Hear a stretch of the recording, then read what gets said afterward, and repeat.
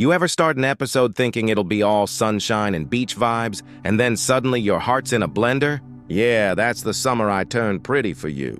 We're diving into episode 3, and if the last 2 taught me anything, it's that this show loves making us emotionally unstable, in the best way.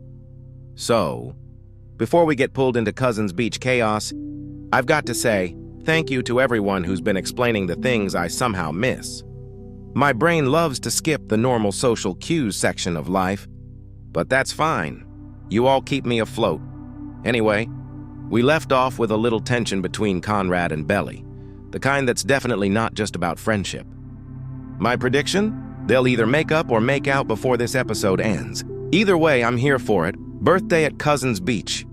Every birthday Belly's ever had is at the same beach house. Pancakes shaped like Mickey Mouse, family singing, and that weird cha-cha-cha in the birthday song no one ever asked for, but this year feels off. Infinity becomes the episode's theme, that endless loop of feelings that never seems to stop.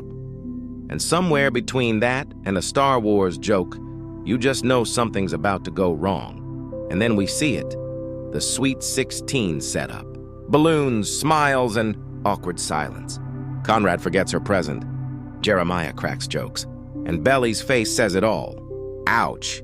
It's her birthday, yet somehow she feels invisible. And the second Conrad mumbles an excuse and walks away, you can tell this day's not going to end with cake and laughter. Learning curves and emotional turns fast forward to a driving lesson scene. One of those moments that looks innocent until the emotions sneak in. Belly's mom is patient, calm, and loving, but Belly's clearly distracted. She admits she's always been the supporting character next to her best friend Taylor, and that line hits hard. So many of us know that feeling of being the sidekick in our own story. Then we meet Cleveland, who's teaching Conrad how to tie sailing knots, and honestly, it's adorable. Their dynamic feels like the kind of quiet mentorship Conrad desperately needs. You can see him slowly thawing just a little. But here's where the confusion builds. Accents bouncing around, emotions tangled, friendships tested. Every conversation has that undercurrent of something bigger coming. Taylor arrives, and chaos follows, and then Taylor storms in. Belly's best friend, human hurricane, and walking ball of confidence. She lights up every scene, but not without stirring the emotional pot. They hit the shops, they laugh, they tease each other about outfits. Taylor convinces Belly to buy something bold, something that screams main character energy. For once, Belly starts seeing herself differently, and that's both empowering and terrifying for her. But of course, it wouldn't be a teen summer if jealousy didn't crash the party. Jeremiah starts flirting with both Belly and Taylor, and suddenly we're in the Bermuda Triangle of teenage emotions.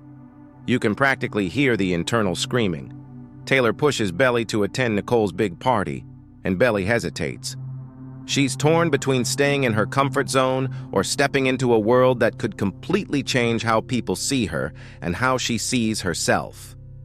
The party that changes everything. And just like that, we're at Nicole's mansion party. Loud music, glowing lights. That mix of excitement and dread you only get from being 16 and out of your depth. Belly tries to blend in, but you can see her nervous energy bubbling under the surface. Taylor, on the other hand, thrives, laughing, dancing, commanding attention like she was born for it. You can feel Belly slipping into that old feeling again, invisible next to her best friend.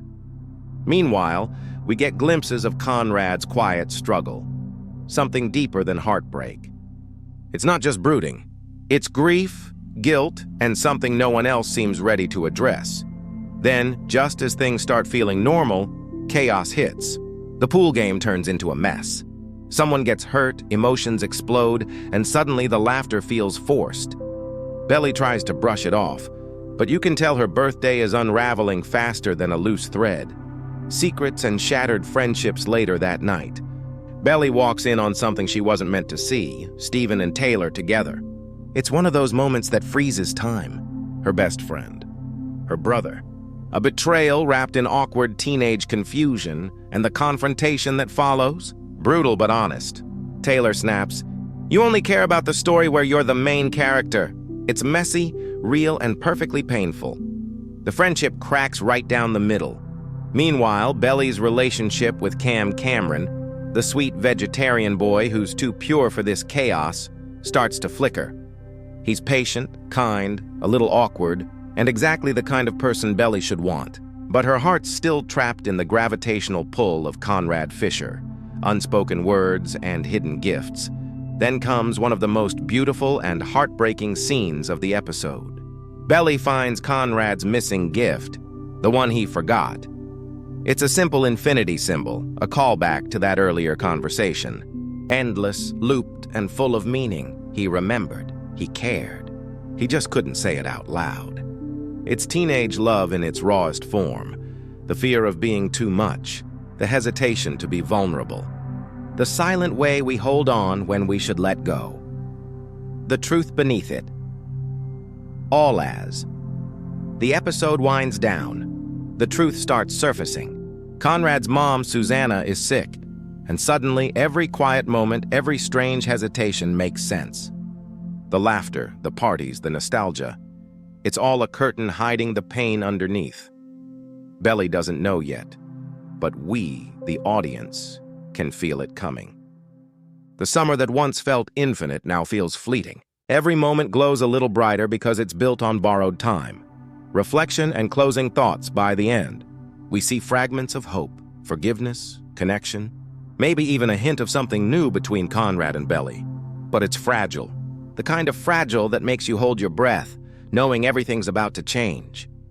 Belly has wished for Conrad on every birthday, every shooting star, every penny tossed into a fountain. And now, for the first time, it feels like her wish might actually come true. But at a cost no one's ready to pay. Then comes the line that shatters everything. I know how much time I have left. I just want one last perfect summer at Cousins, that's it. The moment everything falls into place. The heartbreak we didn't see coming. The reason Conrad's been distant, the reason Susanna's been smiling too hard. It's all there. And suddenly, this lighthearted summer series becomes something deeper. About love, loss, and holding on to the people you can't imagine living without. By the time the credits roll, you're not just watching teenagers grow up. You're remembering what it felt like when every small heartbreak felt like the end of the world, and every laugh felt infinite. And honestly, that's what makes The Summer I Turned Pretty hit so hard. It's not just nostalgia. It's a mirror for every version of ourselves that loved too deeply, hoped too much, and believed that summer could last forever.